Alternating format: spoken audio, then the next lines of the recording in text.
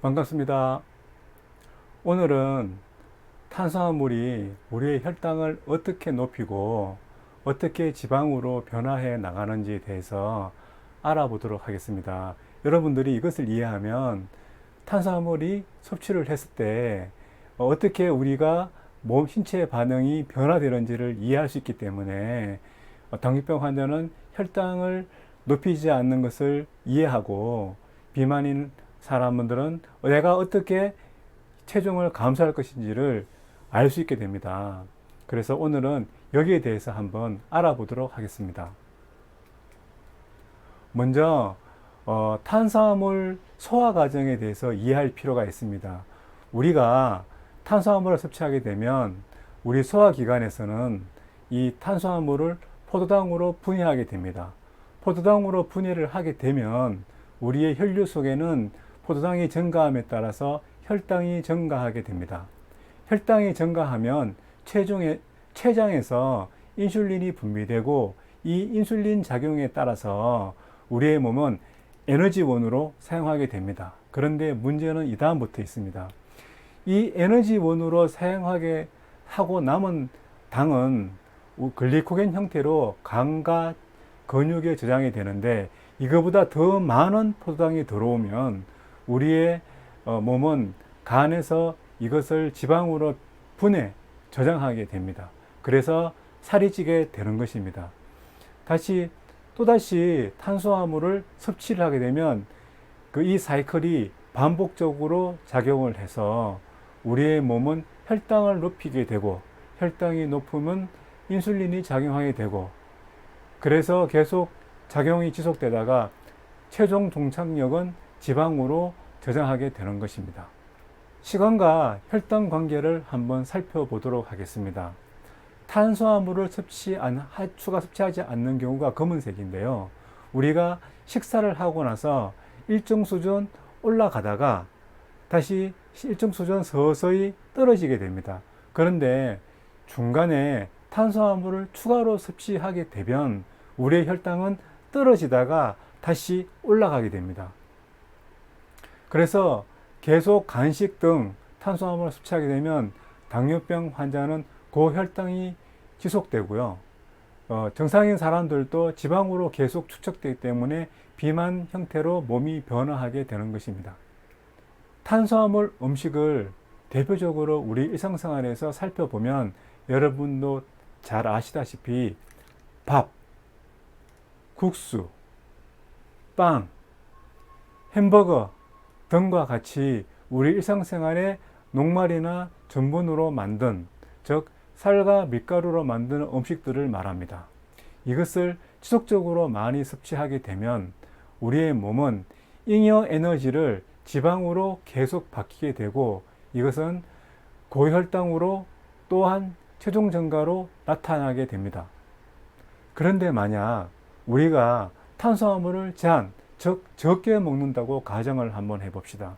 우리의 뇌와 근육은 포도당을 주 에너지원으로 사용합니다. 즉 당을 에너지원으로 사용하는데 우리가 탄수화물을 섭취를 제한해서 우리 몸속에 혈당이 떨어지는 경우 우리의 몸은 간에서 지방을 분해해서 케톤체라는 것을 생성하게 됩니다.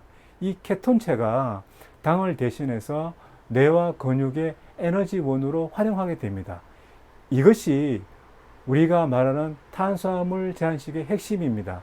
당이 부족해도 대체제인 케톤체를 형성해서 즉 지방을 원료로 해서 생성된 케톤체가 에너지원으로 사용되기 때문에 비만인은 지방을 분해해서 정상 체중으로 돌아가게 되는 것이고 당뇨인은 탄수화물을 섭취하지 않기 때문에 혈당이 올라가지 않는 것입니다.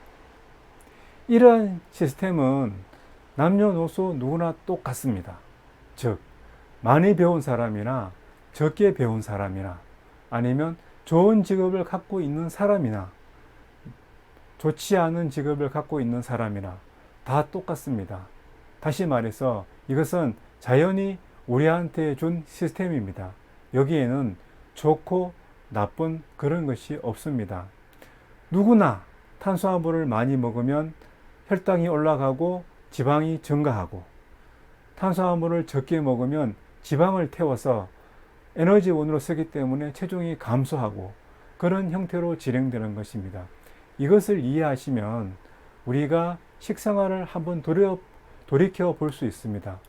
우리가 얼마만큼 많은 탄수화물을 먹는지를 한번 살펴볼 필요성이 꼭 있습니다. 실제적으로 우리 생활 주문에는 탄수화물이 음식들이 너무나 많습니다. 하다못해 사탕, 초콜릿, 아이스크림 이런 것도 모두 탄수화물 음식입니다. 탄수화물은 당 플러스 식이섬유이기 때문입니다. 즉 당과 탄수화물은 똑같이 취급하셔야 됩니다. 그래야지 탄수화물 제한식의 효과를 볼 수 있습니다. 여러분도 아시다시피 제가 당뇨병 환자이기 때문에 탄수화물 제한식을 계속하고 있습니다. 다음 그래프는 제가 일주일 동안 탄수화물 제한식을 한 수치를 그래프로 그려보았습니다. 제 목표인 140 이하를 계속 유지하고 있습니다. 이렇게 유지를 하게 되면 이 혈당은 고혈당으로 가지 않는 상태이기 때문에 우리 몸에 합병증을 주지 않고요. 체중은 유지 또는 떨어지게 됩니다. 그래서 당뇨병 환자나 비만인들은 탄수화물 제한식을 해서 자기 몸의 혈당을 높이지 않도록 그렇게 계속 유지를 해야 됩니다. 자, 오늘은 간략하게 이야기를 마치도록 하겠습니다. 마지막으로 조금 전에 했던 말씀과 같이 우리의 이 소화 시스템은 누구에게나 똑같기 때문에 탄수화물 제한식만 하면 누구나 그 누구도 다 할 수 있는 일입니다. 그래서 여러분들은 굳은 의지만 있으면 할 수 있습니다. 이 한 가지 힘든 점이 탄수화물 제한식을 할 때 탄수화물은 중독성을 가지는 음식이기 때문에 탄수화물 중독에 있어서 이 탄수화물 음식을 끊기가 매우 힘든 상황이 발생될 수 있습니다. 이것은 우리가 정확하게 이해를 하고 나쁜 습관을 좋은 습관으로 바꿀 수 있다면 이것은 성공할 수 있습니다. 다음에는 어떻게 하면 나쁜 습관을 좋은 습관으로 바꿀 수 있는지에 대해서 한번 고민해 보도록 하겠습니다. 오늘은 간략하게 여기까지 하겠습니다. 여러분, 탄수화물 제한식을 실천해서 여러분들의 건강을 유지하시기 바랍니다. 자, 오늘도 즐거운 하루 되시기 바랍니다.